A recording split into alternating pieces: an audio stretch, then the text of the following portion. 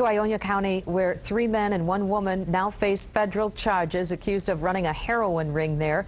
Investigators say it may be the largest ever in that area. 24-hour News 8's Tony Tagliavia is back from Ionia, where he talked to investigators. He's at the live desk right now. Tony? Good evening, Sue. The Ionia County Sheriff says law enforcement first got word of this ring about a year and a half ago.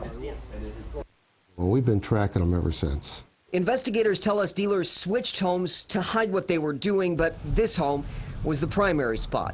It's west of the city of Ionia, right next door to the Department of Corrections Michigan Reformatory. And investigators say people did come from outside the Ionia area to buy there.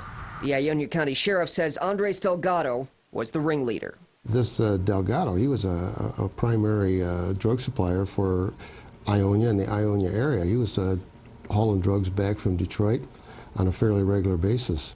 Leaders with the Central Michigan Enforcement Team, or CMET, say they also searched a hotel room along 28th Street near I-96 in Cascade Township. They say they don't think there was any dealing going on there, but a CMET lieutenant says the hotel room was a base of operations of sorts. Ultimately, investigators say their bust turned up $88,000 in cash and around 200 grams of heroin. The CMET lieutenant says that carries a street value of roughly $30,000. He says that amount of heroin was coming into the Ionia area routinely.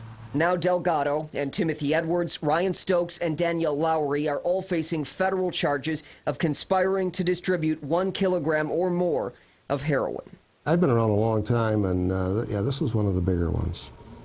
The biggest? I would say so. He was a pretty high volume dealer. Based on the amount of money that he had on him at the time, which was close to $100,000.